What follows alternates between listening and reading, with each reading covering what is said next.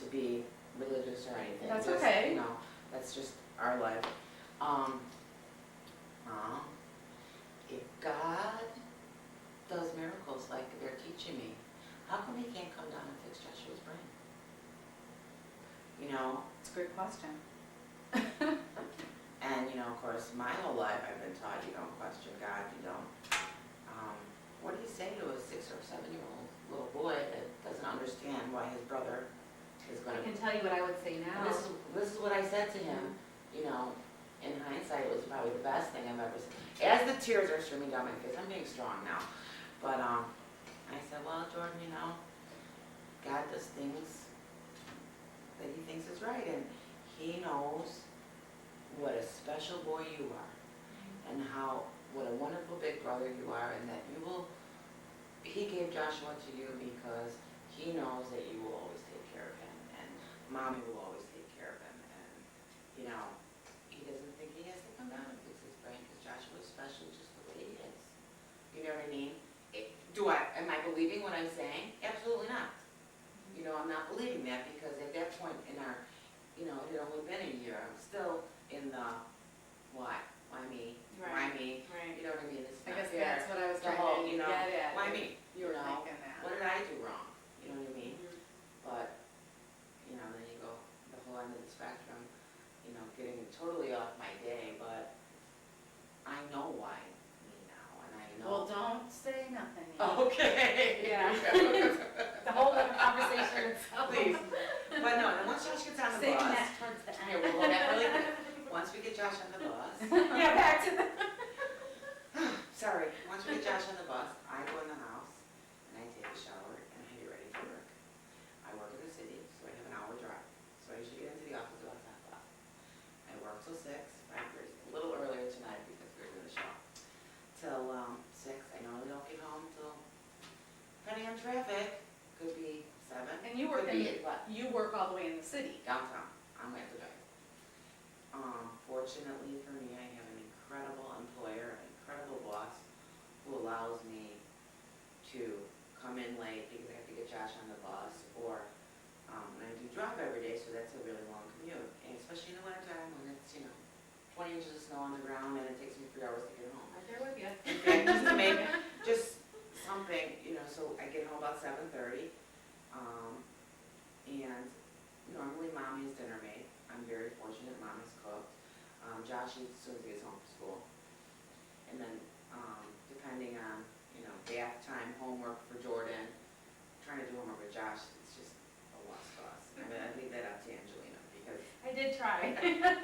it's just not happening because we do not do homework at home. Right, because autistic children are routine oriented, homework is Schoolwork. schoolwork. And then Therefore, Home is with her. Right. and you know what, it's the same, He's very. it's the same yeah. for my son too. It took a long time for him to understand that Right. homework, you know, it's Right. just very hard. And you know concept. what? And you know what? Especially for autistic kids. I mean, my older son, who's high honors, still doesn't understand. Goes to school 7 hours a day. Why does he have to have homework? It is stupid. You know what I mean? For all you But- teachers listening. So then, just as a matter of fact, Rhonda happened to come over last night, and my mom had cooked, and I didn't have my children last night. They had been poor with their dad, but we sat down to dinner at 9 o'clock at night. I mean, and then after dinner, right after dinner, Josh is usually ready to go to bed, so either I have to lay with him or my mom lays down with him. By that time it's 10 o'clock, what do? You go put your pajamas on, you go to bed, and you start all over the next day. Then you try and fit some time in with your older kid and ask how his day is. Do and homework with do him. homework with him, and, you know, just talk about life, and, you know, God forbid you shave your legs. Well, Josh is on medication. Right. Can you tell me why Josh is on medication? Josh is on Depakote and Seroquel. He sees Dr. Ches now. Michael Ches, very well known for, What's his name? Dr. Michael Ches, Chez. He's in Libertyville. Deals just with autistic children and ADHD, attention deficit hyperactivity disorder. He's aggressive with medication, but Josh was very aggressive. I mean, he's very calm. I have scars from being bit. I've gone to the hospital shot because my son has bit me. The Seroquel calms his aggressiveness. It keeps him even keel. The Depakote, when he had his second sleep-deprived EEG, his brain seizes, not to the naked eye, but little, and what that means is it's going bonkers. And so there's 85 million things going in. So the Depakote keeps his brain at an even keel so that he can learn, or that he can process and, calm, you know what I mean? And once he started the medicine and we got it where he's swallowing pills and we're really regulated, the meltdowns are far and few between. The words are coming, you know what I mean?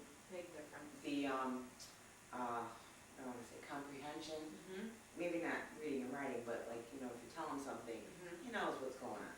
He knows what is going on, it's all under Joshua's terms. Right. I want to get to the next question, Angelina. Can you tell me what the next phases might be for Joshua as far as his development in education? I mean, there's junior high school Right. around the corner. Right. What are your, or what are the plans for him? Or is there any yet? Yes, there are plans already for him in place. And actually, after this year, this is Josh's last year in my class. Unless I win the lotto tonight. If I win the millions, I'm hiring her. This is Josh's last year in my classroom. So after this year, he'll be moved over to a different room just because of his age. He'll be 5th grade. But he'll still be within the L.C. Johnson building. So I'll just be right around the corner. But even... I think that's going to be harder Yeah. on Mom than it is on Joshua. He'll be okay. But basically from this point on, the next phase for him has already started. Because like I said, I've already been focusing, my main focus for him this year is to start working on those work job skills, okay? Not saying that we're still not working on those academic type activities, but we're basically building off of what he already knows, okay? Josh doesn't need to sit there and sort his colors anymore, okay? He doesn't need to sit there and count the numbers or do, because he can do all that stuff and he's done it for 3 years now. So now what do? Okay, well, what's the next step? He needs to learn how to put those basic skills to a functional task completion skills. So that's pretty much what we're doing with him. Like I said, pre-vocational work, whether it's, okay, you can sort your colors, now let's sort documents. Right. Let's start learning how to file things away. Let's start learning how to organize envelopes. Let's start learning how to do odd jobs around the building and start developing some sort of work ethic, okay? We're working a lot with him now on his reading skills. Another strategy you asked about earlier that we use in the classroom with the kids is we're starting to use the Edmark reading program. And if you're not familiar with that, it's basically a functionally based reading series. I believe it has, I want to say, 3 or 4 different levels, starting with just learning basic sight words. There's stories that are incorporated into the series as well, so that the children do actually learn how to read real stories in short books and things like that, but they're all based off of sight words that they have learned. And then as he gets older, those sight words will turn into vocational words, and they'll turn into learning about community words, and they'll turn into learning how to read a shopping list, learning how to read a work task list, things like that. That's basically what's ahead in terms of Josh's future. We're just starting it now to give him a little push, so it's not such a shock to him. The more we can expose kids like him to those type of skills now, like I said before, the easier it's going to be once they really start hitting hard at those skills. So, What happens to Joshua when there is a change in his routine? I wanted to touch on that.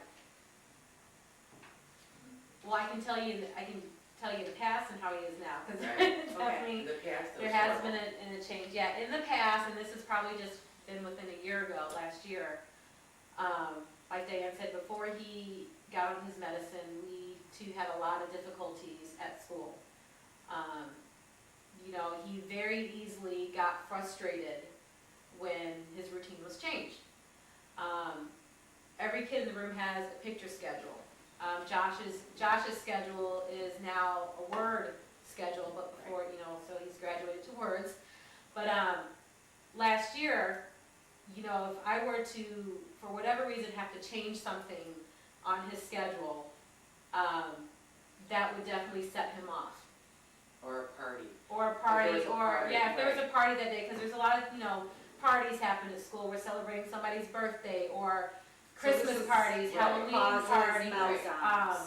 fire drills, Right, our things, big things. yeah, Those oh aren't- gosh. those aren't If there, in his normal if anything routine. happened that was unexpected, even if you know you're gonna have a party, it's still a huge change in a Right. routine.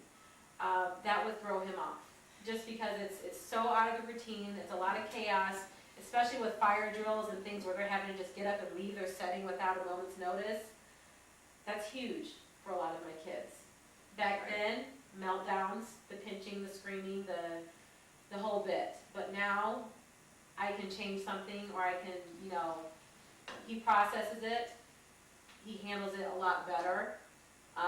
Definitely not the meltdown or the agitation like we've seen before. So a lot of that has to do with maturity, I think, as well as just him being on medicine that actually helps him be able to process and understand. When he is in the middle of a meltdown, is there any way to calm Joshua? No, absolutely not. I mean, in the past, when he was younger, Some things work, some things don't. when he was younger, when he was 3 or 4, and I could physically restrain him, lay on top of him, hug him, sit on a chair with him, that depressure would, but now he is so strong. There's nothing, outside of putting him in a separate room, and obviously there's nothing in there that he could hurt himself with. A lot of autistic kids are self-injurious. Thank God Joshua's not. He doesn't bite himself. He doesn't do any of that kind of stuff.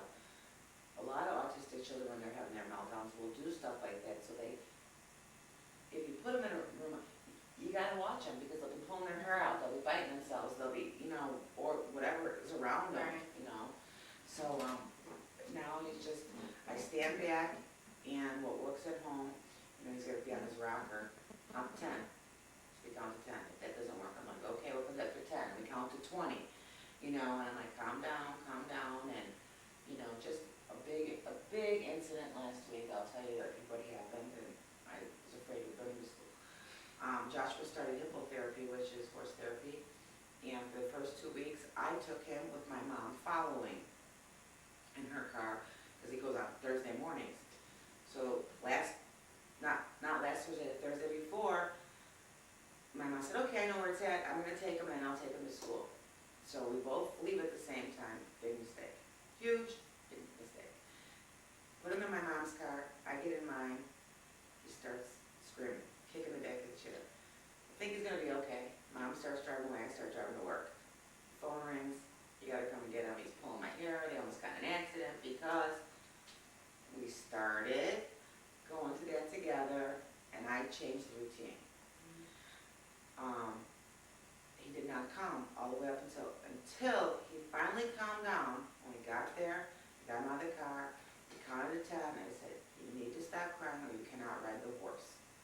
Once he got on the horse, he calmed down, still some sniffles or whatever. And what we did this week, I left first. So when he walked out with my mom, my car was gone, we knew I went to work, it was okay for grandma to take him to horse therapy. Just that little change, because why was I going that way and she going that way? That's not how it was. So you learn those things, you see those triggers, and you work around how to fix it, and so it doesn't happen again.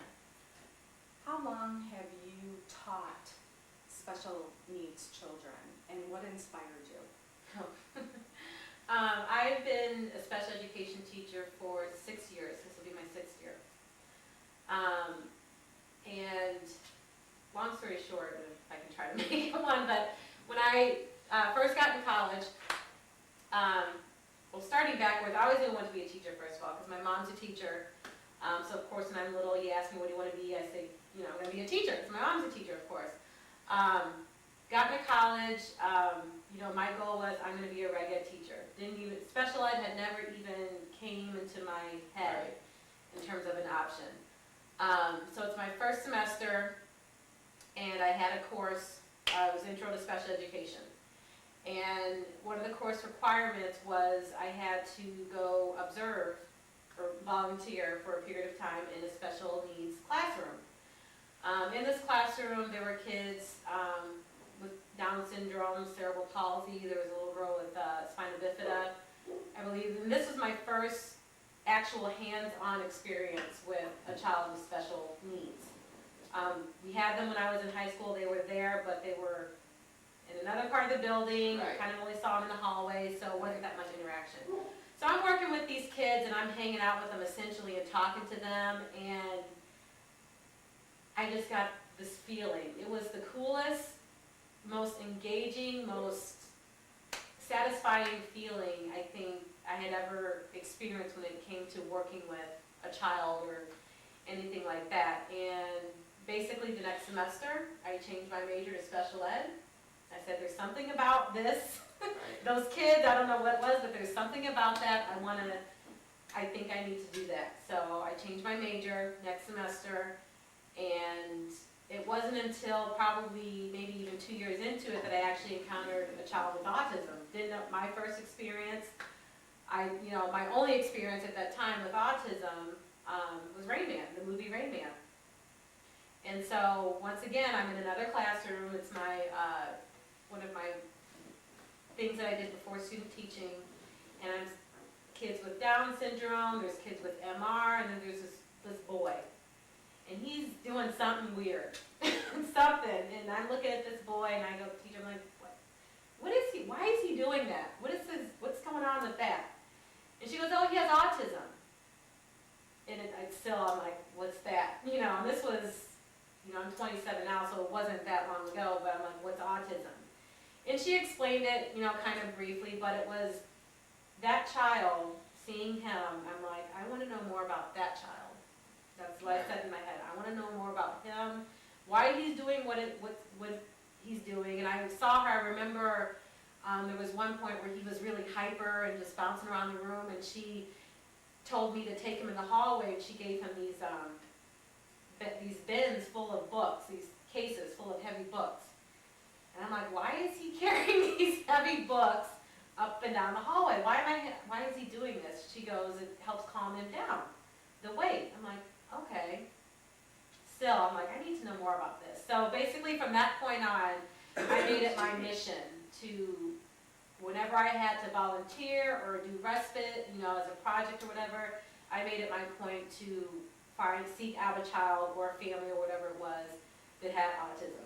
And upon graduating, I put on my application specifically looking for a job in a classroom with kids with autism. I mean, in some way, shape, or form, I put that on my job applications, and lo and behold, in my home district, in the hometown that I'm from, Peoria, they had an opening, and here we are today. So, it's kind of fate. Thank God.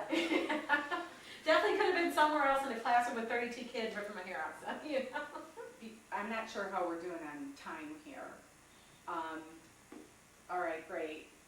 I would like to know, as a mother of an autistic child, I'm going to jump around a little bit here, what are some of the toughest times that you've had, Diane?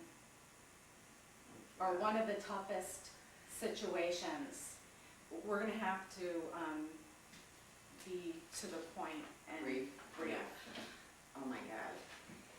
Everything with an autistic child is tough. Is there one thing that happened to you that you just thought, oh my gosh?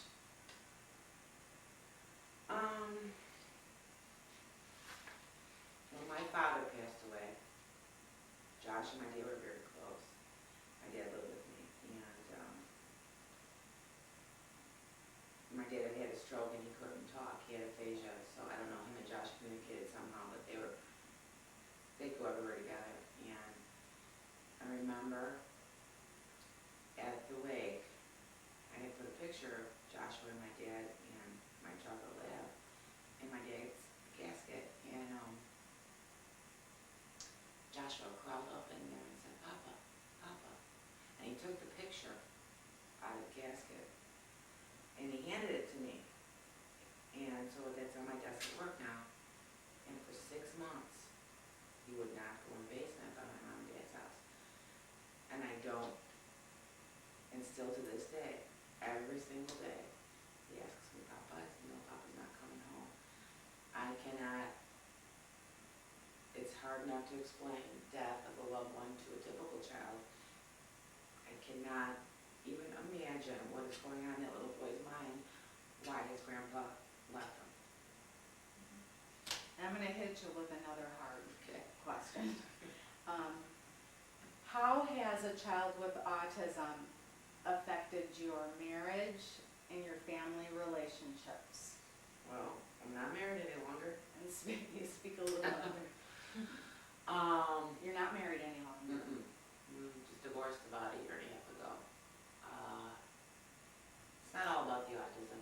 We were having some issues beforehand, but when Josh got diagnosed, I put my blinders on. Obviously, any mother would. You totally try and get your child what they need, and you sort of put your marriage on the back burner. And my husband being foreign and from the Middle East, I think having a child that was less than perfect in his eyes was very difficult for him to deal with. And so he was in a state of denial, and I did everything by myself. Doctors, therapists, school meetings, IEP, everything. And I guess it just got to a point where you can't take it anymore. You know what I mean? You're just like, okay, I'm doing this by myself. And it just broke us down, that's all. And your family, does your extended family, I know you were talking about the holidays, and we have to Right. touch on the points here. Tell the viewers about what Christmas is like, and do they really understand what you go through, Diane? No, nobody will understand what you go through as a mother or a parent of an autistic child.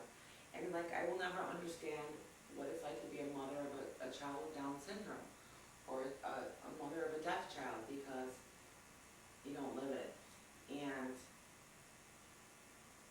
your extended family can offer you help and support, but sometimes you just want to scream, you know what? You take them for a month and you live with them 24/7, and then you tell me how you can handle it, okay? It changes. Having a child, a disabled child, no matter what, changes your perspective on life. Or it did for me. What's important and what's not important, and I'm still learning that today. Now, because we got 3 more minutes here, you've done something huge. And A little bit. I would like you to tell, now here's a mother with a child with autism who has taken a situation and, Okay, I felt helpless, you want to fix everything.